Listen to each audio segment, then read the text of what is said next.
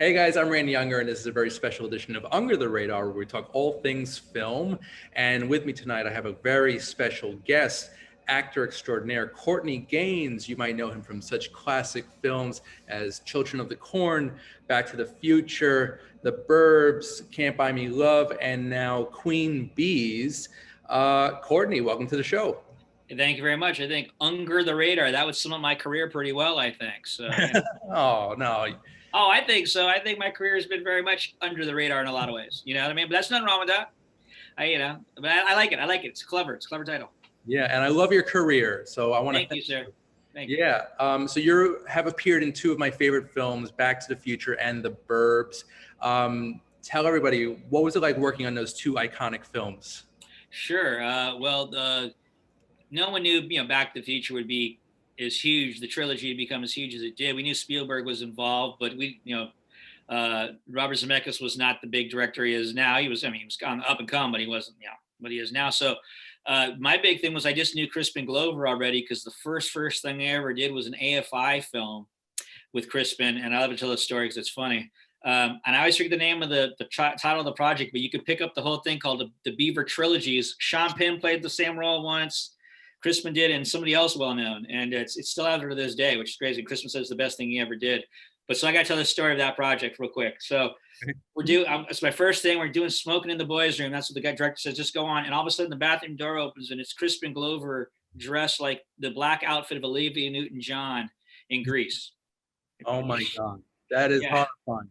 And he's like, hey, guys, what's going on? And I thought, this is crazy, but this actor is brilliant. Who is this guy? And so we became friends, and then when I got on Back to the Future, and he came right up to my trailer and was like, hey, so that was great because all my scenes were with him. And so someone I knew. So I felt very comfortable kicking him or doing whatever I had to do because I already knew him, so that made life easy.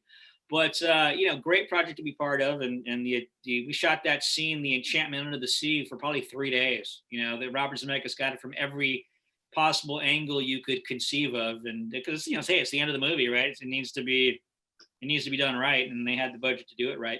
The other twist on that is that Eric Stoltz was on the project when I first started. So when they did the reshoots and they brought in Michael J. Fox, I was under contract still, so they had to pay me for like 5 weeks for a job that should have been 3 days.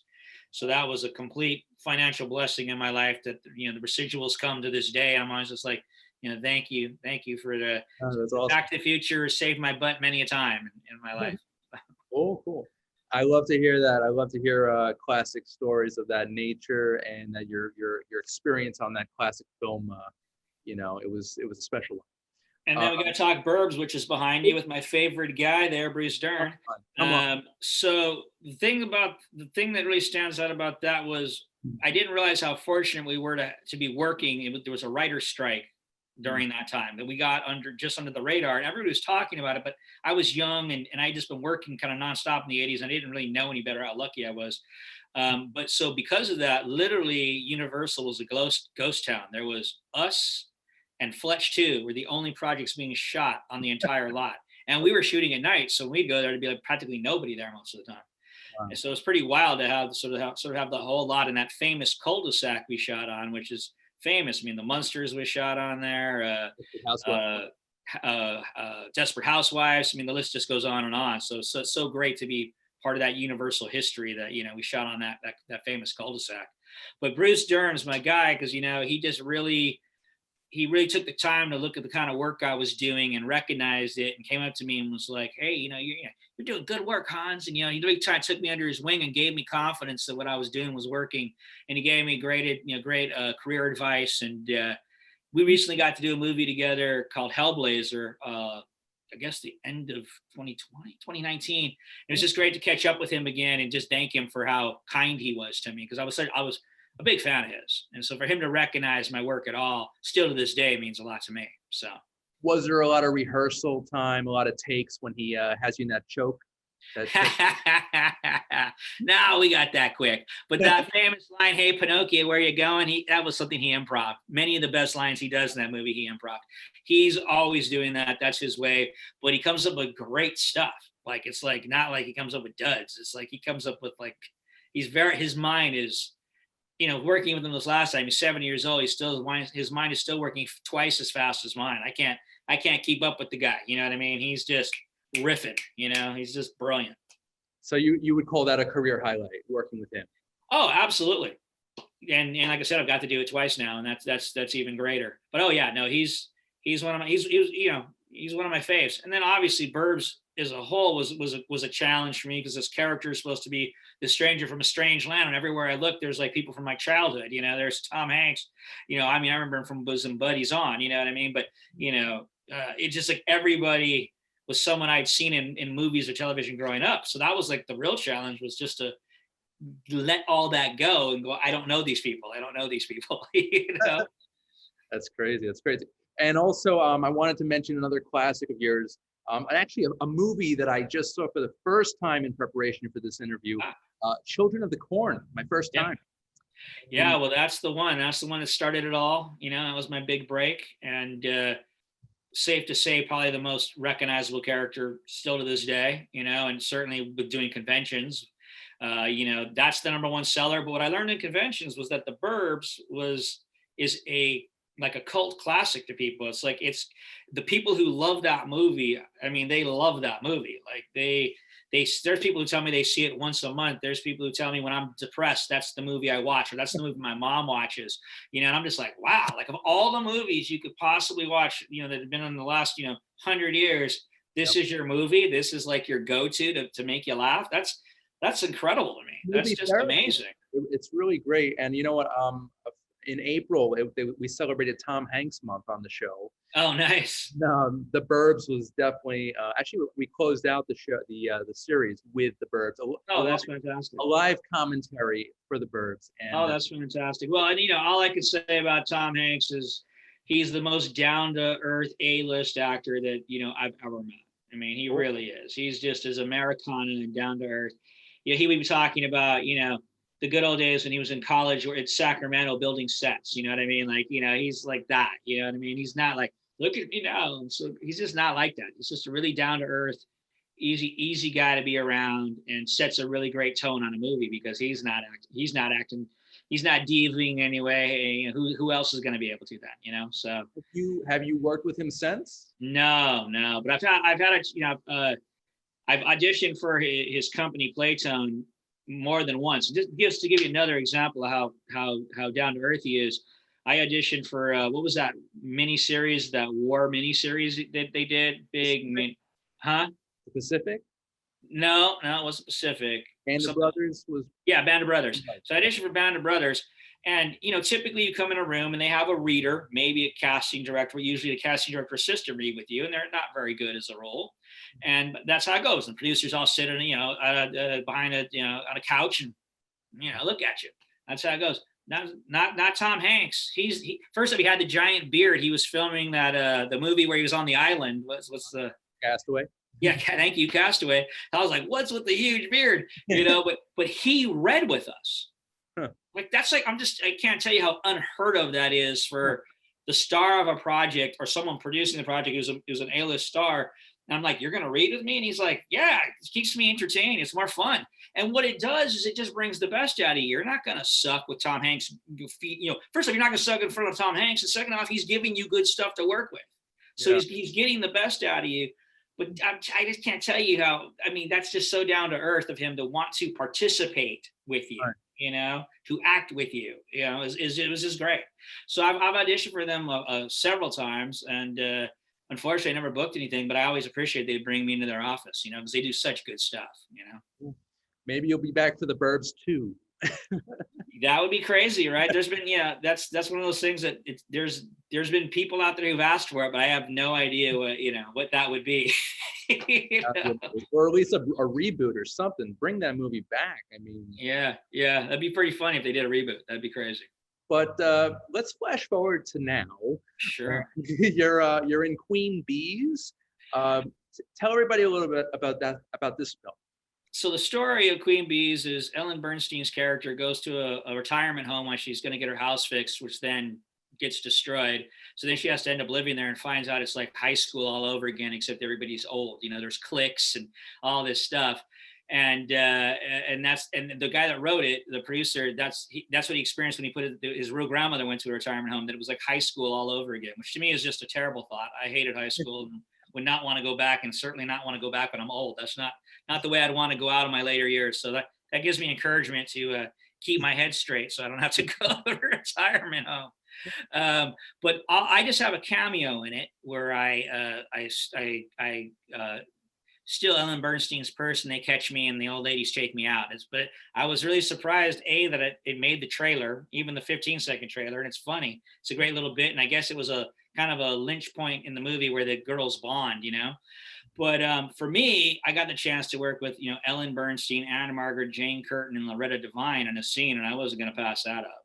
So that was the first half of the day, I just got to watch them work because my character was basically just watching them in this diner. And it was just great to watch all four of them work in the different styles and different techniques they have. I'm a actor geek. I love different, styles and techniques and how people work. Like Ellen Bernstein, she's from the Actors Studio in New York. She's method all the way.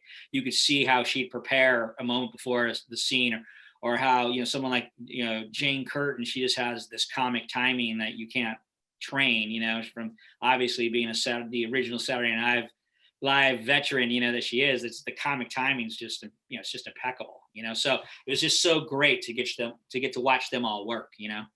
Cool. I like that. An actor's geek. That's a great term.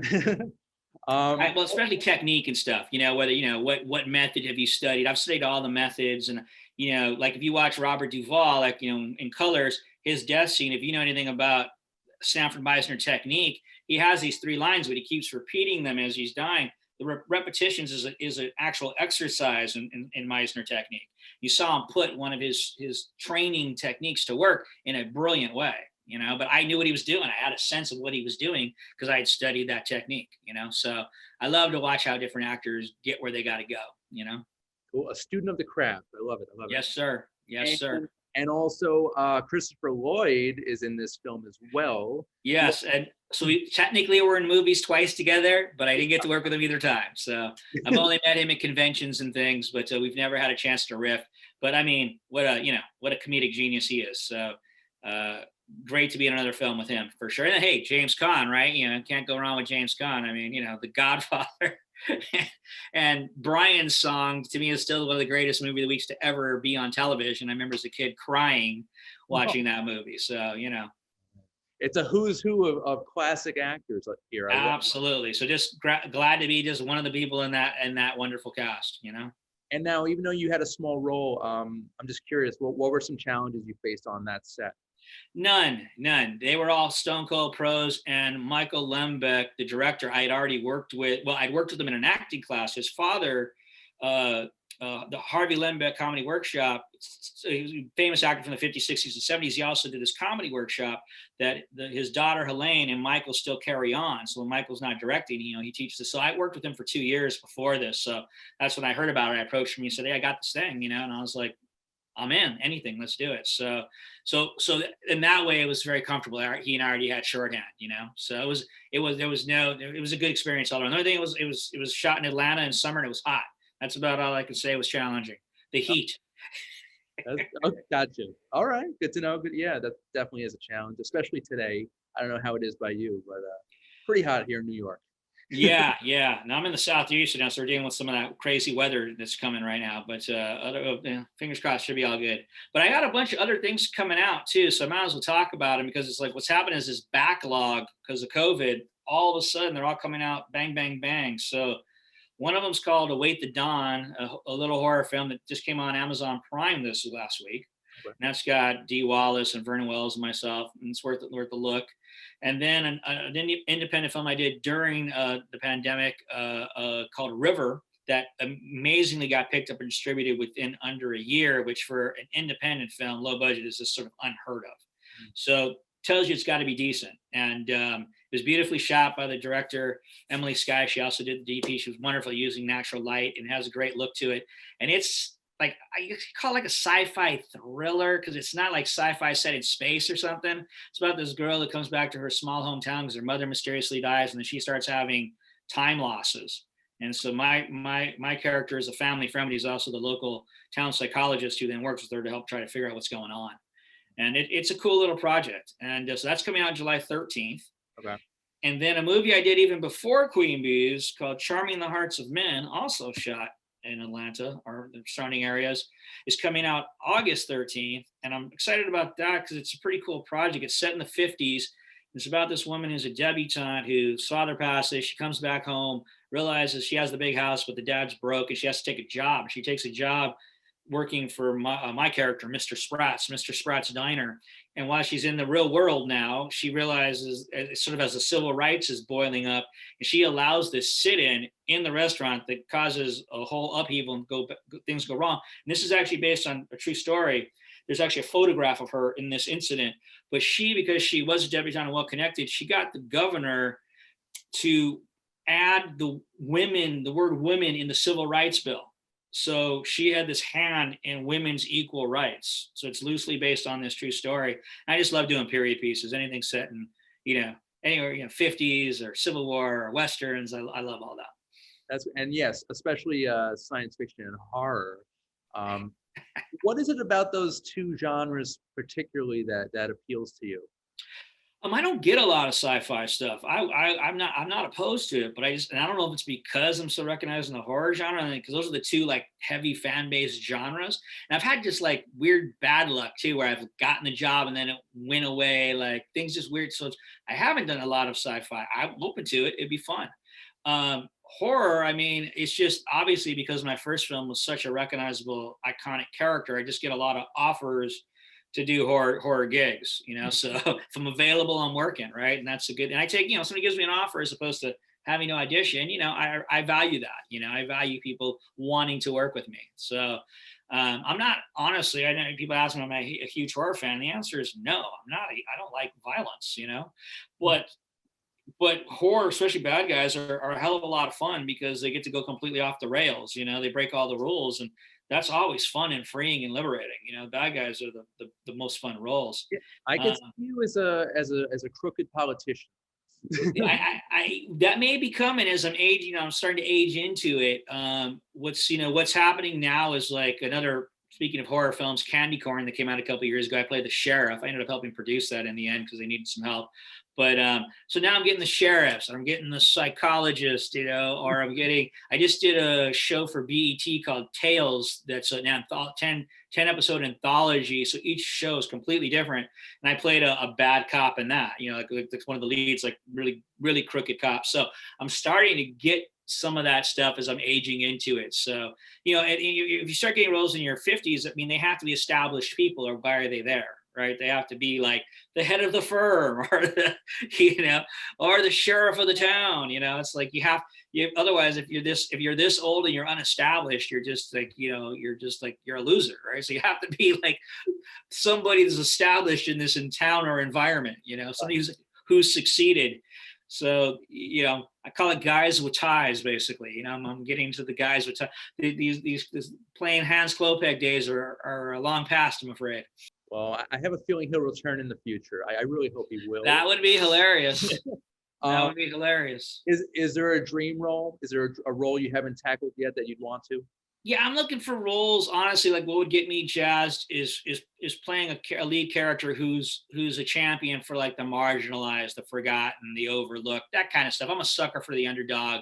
That's the kind of hero I'd want to be. And the example of a movie I use is Al Pacino in Justice for All. Not that I'm, Al Pacino by any stretch of anyone's imagination. He's Al Pacino. He's Pacino. You don't have to give his first name. Right. And I've never got to work with him, but that would be on the bucket list as well. I would love that chance. But what I love about that character is he's this court-appointed lawyer. He's dealing with all these people who are, sort of riffraff by society, trying to help them, but it's just overwhelming. And the judicial system's also crazy. And he has that famous line, I'm out of order, you're out of order, the whole system's out of order. I would love to say something like that one day. Switching gears a little, I know you have a music career going. Yeah. Tell people about that. Yeah, so I got two things going. There's a solo album out right now called Acoustic Gains Volume 1, and we just put out our third single on Monday. called "Let It Ride," and that's a very vintage acoustic sounding blues song.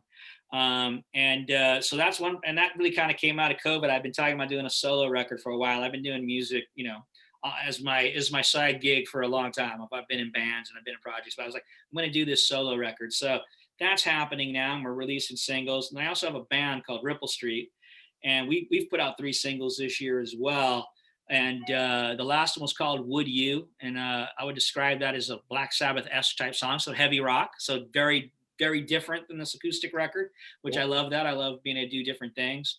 And the other 2 songs were one that I wrote called "The Great Divide," that I just put out right after the whole craziness of the politics we've gone through this last year. Really, just to point out my view is making them trying to, the right and the left trying to say you got to be on this side of the subject, you got to be for for the the Second Amendment or for gun control. You can't be somewhere in the middle of practicality. You know what I mean? And I think it's hurting this country. So I'm just trying to point that out, that like you don't have to be all the way on one side or all the way on the other. What we need is common sense solutions that are good for everybody. And then I wrote another one called "Slab City" about the people who live out in the desert in California, that live in this old abandoned airfield base. It's all cement for miles, and it's like they live by their own rules. So I wrote a song about that too. So you can check these things out on YouTube and stuff like that. But you can check any of our music out on Spotify or Amazon or iTunes or Deezer. You can find us. That's awesome, by the way. Music with a message. I love it. Sometimes, right? Not everything, but that one, after hearing people just go off the rails for a year, that was my response. I wasn't going to get in a Twitter war with somebody or be a troll, but I had something I wanted to say after that. So for me, art is the way I speak, so. And speaking of music, I actually wanted to go back to the Burbs a little bit. Yeah. Jerry Goldsmith, the late great Jerry Goldsmith, scored that film. Yeah. I don't know, it might be a no, but did you have any interaction with Jerry? No, did not. Like you rarely see the music guys. They're all in the post production, and what's remarkable is how short a time those guys have to do anything. I don't know how they pull it off and do what they do, because once the movie's cut, they get like this 2-week window. They've maybe seen something along the way, trying to come up with some themes, and then they just gotta like whip it out, man. They gotta like score this whole movie in like a couple of weeks. I don't know how these guys do it. It's an amazing feat to me. But where would a movie be without the music? I mean, a score, makes a huge difference in a film. Huge. And especially the score for the Burbs. It's one of my favorites. So great. Speaking of scores, though, so we're back to Children of the Corn. There's been a reissue of the music for Children of the Corn by a company called 1984. I think it just came out last month. I think that music's really good too. That's that theme you can't forget. Jerry Goldsmith's The Omen in a way. Yes, true. True. So, but it's kind of cool if you want to get a vinyl of that. I guess it's out there. So it's still neat that movie's still getting love some way or another. Nice, awesome to know. So I know you have to go, but Yes, how can people see Queen Bees? Queen Bees is still in theaters. If you better get there quick, I think it's like in its 3rd week. And you can certainly get it on VOD, no problem. You right on your TV, it's there to be found. It's on my TV. I can, the order on demand. There it is. So that's pretty cool to see the little advertising for it. So yeah, you can get it on VOD as well, and watch it from the comfort of your own home. Sounds good. Well, Courtney, I want to thank you so much for your wonderful career. You're a legend to me. And well, thank you, sir. I really appreciate that. I want you to keep on going. I want you to play those crooked politicians and sheriffs. When I get my first crooked politician, I'll think of you, my friend. Sounds good, man. You've talked it into existence. There it is. It's going to happen, man. All right. Well, guys, I want to thank you so much for watching and listening tonight. I'm Randy Unger. This has been Under the Radar, and we'll see you next time. Take care.